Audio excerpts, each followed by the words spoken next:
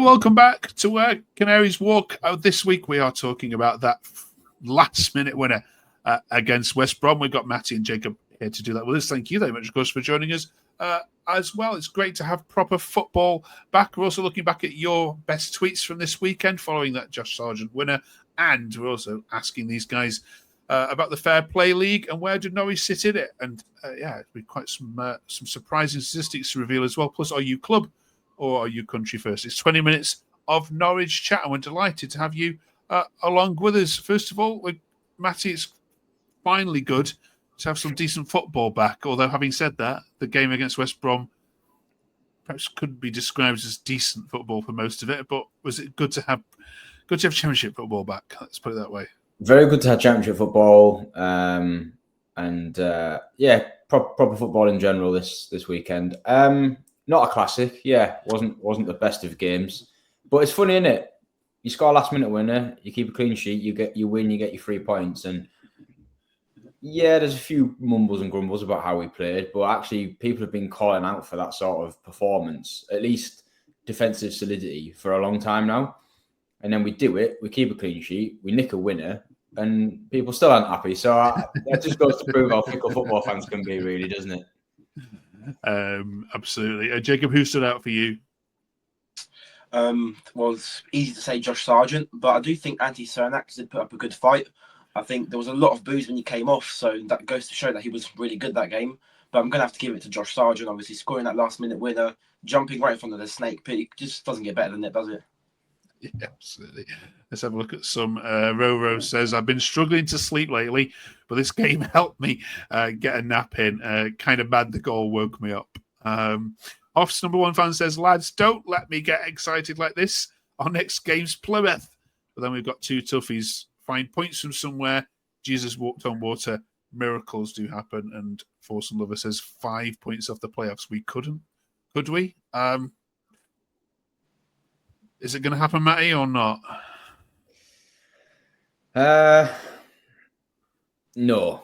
And I know that's not the answer that's like exciting or is kind of the one that sort of gets people going, but I think as much as I'd like us to sort of at least be in with a shout for sort of sixth, I think our inconsistencies will trip us up over the, it'd be very Norwich to have beaten West Brom and then lose at Plymouth. So I kind of feel like this season, that like up and down, that inconsistency that we faced is probably a slip up or two that we've got left in us, which might unfortunately cost us 3, 5, 6 points, something like that. Yeah, but beat Plymouth and beat Sunderland, Jacob, and it's back on, isn't it? Yeah, from what I've looked, I think it's 5 points in 7 games just to get level with West Brom, I think. But you do have to consider if West Brom pick up points, then we can't really get the playoffs, and we are inconsistent, as has just been stated. But yeah, we do have a few easy teams. We say easy, but you never know. Portsmouth and Cardiff, we should be looking at 6 points there. And then Sunderland and Burnley, 2 tough ones, right back to back as well. Just won't go well for Norwich, will it? But in terms of getting playoffs, I'm not so sure we will. Maybe 7th if we're lucky, but no playoffs, unfortunately. Okay. Let's stay on the game then a second. The clean sheet, as you mentioned, Matty. Does Gunn need a shout out? Yeah, he does actually. I've been a little bit critical of him this season. Our XG, or whatever the defensive version of XG is very, very poor. I think we might have even discussed it in weeks gone by. So he's had fair criticism, as have other goalkeepers. However, he was fantastic yesterday. He got away with one where it took a slight deflection, but was pretty much straight at him that somehow he ended up tipping past the post. But it was an absolute howler, and it would have summed up our season really, because it was, I think, their first shot on target, and it would have gone in. But after that, he made some really good saves, and later on, when in true Norwich fashion, we go 1-0 up and then we look like we're going to throw it away. He comes up with a really big save. So, fair play to him. Credit where it's due. I don't know whether that's him playing for a new contract or playing for a contract elsewhere, or if he's just maybe back and a bit more confident than he has been. But he did have a very good game, yeah. Okay. And what about the atmosphere, Jacob? Carrow Road has been criticised recently for being flat and, misplaced passes in the 20th minute, getting the crowd booing but moaning, and it's not been the kind of the vibrant place it has been in the past. How did you find it this weekend? Well, I think it was pretty flat, if I'm being completely honest. You have on the ball City at the beginning, and then you have the odd chant here and there, but nothing really happened until the end. And I think that is down to having like 3 seasons of rubbish at Carrow Road. Not been very good football, so the atmosphere did die. And there's been a lot of controversy with the drum as well. So I think it's all coming down to that. But I think next season, if we start playing well around the playoff spot, pushing maybe for top 2 even, which I mean can't see that, but I think the atmosphere will come back to what it used to be like. And where I sit, Snake Pit, lots of people were saying that back in the day, you'd come here, you'd walk out with a sore throat, but now it's just not like that anymore. But yeah, I think it's just we need a bit more on the pitch, so off the pitch will be better. What's your take on that, Matt? I mean, how do we get the good old times back at Carrow Road? I mean, West Brom, for example, are introducing safe standing themselves because their atmosphere is flat as well. We've all seen the video of your steward and the drummer. What's your take on all this? Yeah, it's tricky, isn't it? I'm not a huge fan of we're actually, when Jacob just mentioned the whole drummer situation, and the group of organisers have kind of spat the dummy out a little bit. We were saying in the taxi on the way to the pub before the Bristol game, why don't they move it to, if they want a drum in a noisy section, move it to where the away fans sit. Put them next to the away fans, because a lot of clubs do that. A lot of clubs try to keep the away fans quiet by putting the louder fans or the drum or whatever it might be. And I think there is a rumor or there's some sort of talk that might actually happen, which I think would be pretty good. But in terms of getting the actual, like the general vibe better, I think to agree with what Jacob's said to a degree, really, we as fans are reactive, aren't we? We've discussed so many takes over the weeks of tweets of people being up and down, and I think it will take a couple of decent wins and people will be back on side. The atmosphere will be a lot better. It's just that I reckon people went into that game yesterday without much expectation, without any expectation maybe, given recent home performances, and then obviously a couple of poor away defeats. People probably just turned up yesterday thinking, West Brom don't score many, they don't concede many, we've been poor. What's going to happen? Do you know what I mean? And I think that probably had a bit of an impact. So I reckon all it takes is a few decent wins, or we end the season in general, we end the season fairly well. Next season, there's all the enthusiasm and people start again. So I don't think it takes too much to turn it around. I think there's still, it's not a lost cause by any stretch. Okay. Great stuff. This week we're talking about for the Fair Play League, because there's been some suggestions that Norwich fans haven't been as tenacious as they have been in the past. I mean, Jacob, would you agree with that just as a fan so far, that you would like to see a bit more kind of cutthroat, stick your foot in? I mean, it's difficult to say because we've had a lot of controversy with the FA, like banning Kenny McLean and all of that. We've had a Cordoba red card, Signs banned for 6 matches. But then again, look at last season, Kenny McLean, he got 12 yellow cards, and this season he's nowhere near that. Although he does have 1 red card, still does like 3 red cards already. It's difficult. Yeah, let's have a look at the actual worst offenders then, shall we? So Preston right there at the top. 5 red cards, Preston. There you guys at the bottom. Now you're there because you have 2 red cards more than kind of the average, but there's only 70 yellows there. But you're in the top half of this. Matty, does that surprise you?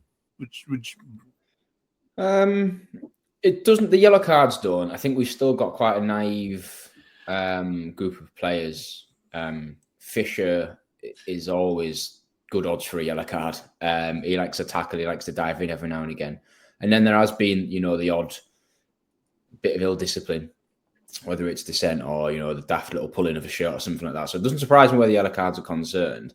I haven't got a huge problem, I don't think, with yellow cards and red cards as much. I mean, obviously not ideal, but I think it's if you're clever with it, you can spread it round, and you can kind of, again, I suppose it's naivety to a degree. Maybe we are having the same 2 or 3 players that are getting these cards and are picking up bans. We have had a few players that have missed games with, the accumulation. And I think the better way to do it, and I know you can't plan it, in an in-game situation, it's different.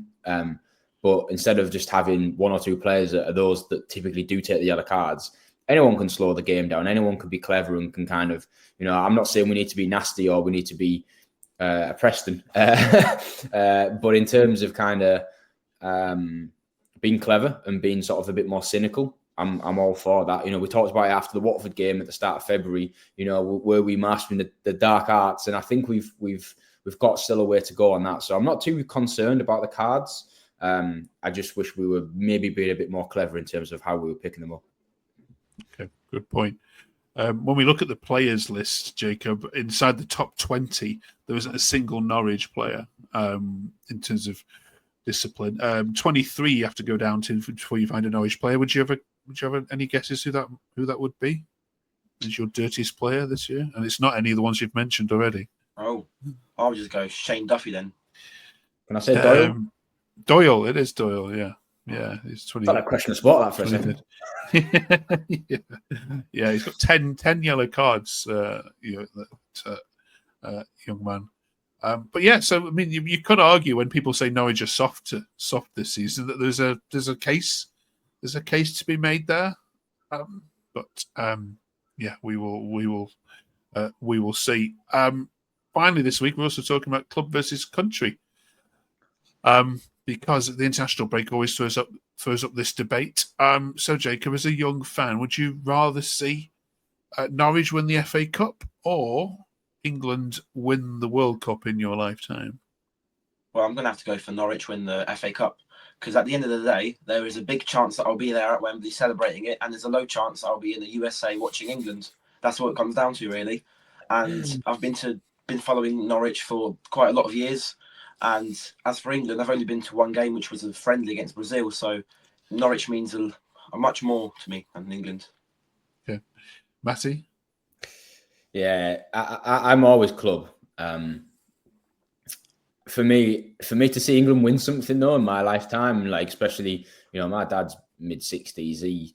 He was 6-year-old when England won the World Cup, and he still harps on with distant memories of it. So I'd love to be able to sort of see us as a nation win something. And, with my dad, that would be unbelievable. But Norwich always comes first, doesn't it? If we could win again at Wembley or something, as Jacob says, an FA Cup, even another League Cup would be nice. I don't think there's going to be anything more than that, really. I wouldn't expect. But look at the teams that have got to the semi-finals of the FA Cup this weekend. There's hope there, isn't there, for the smaller teams? So, yeah, I'd go Norwich all day, but I'd also love to see England win something. Will it ever happen? I don't know. All right, then. Before we let go, it's Plymouth then this weekend. I mean, their fans have given up and they're already down. Is this the kind of fixture, though, Jacob, where we've seen the worst of Norwich in recent weeks? Yeah, I think it's going to be one of them games we're going to go in with a bit of confidence following the game on Saturday, and then we're going to end up losing like 2-0 or something, because Plymouth is a difficult place to play. I mean, I've got a memory of what happened last time, lost 6-2, so anything's possible. But, this season we did thump them 6-1 at home, so maybe another cheeky 1-0 win, but difficult to call. Yeah, been some goals in these games between you, Matty. Do you expecting another thriller? Jacob's just mentioned 1-0. I'd bite your hand off for 1-0. I really would. I'd take another boring game. I didn't make the Plymouth game last year, which I'm not too sorry about. And I'm going, so I've not been to Plymouth yet. So I'm really looking forward to it. A new ground, another one to tick off. But I'd happily take a very boring 1-0 Norwich win. Very good. What time are you setting off for that and heading back? Well, from London to Bristol. I meet my mate in Bristol. He's getting on the train from Bristol. So it's an hour and a bit across to Bristol, and then from Bristol it's still a couple of hours. So it's a long day. And that's nothing compared to what it is from Norfolk. So fair play to those that are travelling across from East Anglia. All right. Well, we'll be here in 7 days' time to review all of that, and obviously look ahead to the Sunderland game as well. So join us for that. Do drop us a quick subscribe if you haven't yet done so already. There's the button there, and a quick like as well. That'd be amazing. Have a great 7 days. Thank you very much, you two. We'll see you next week.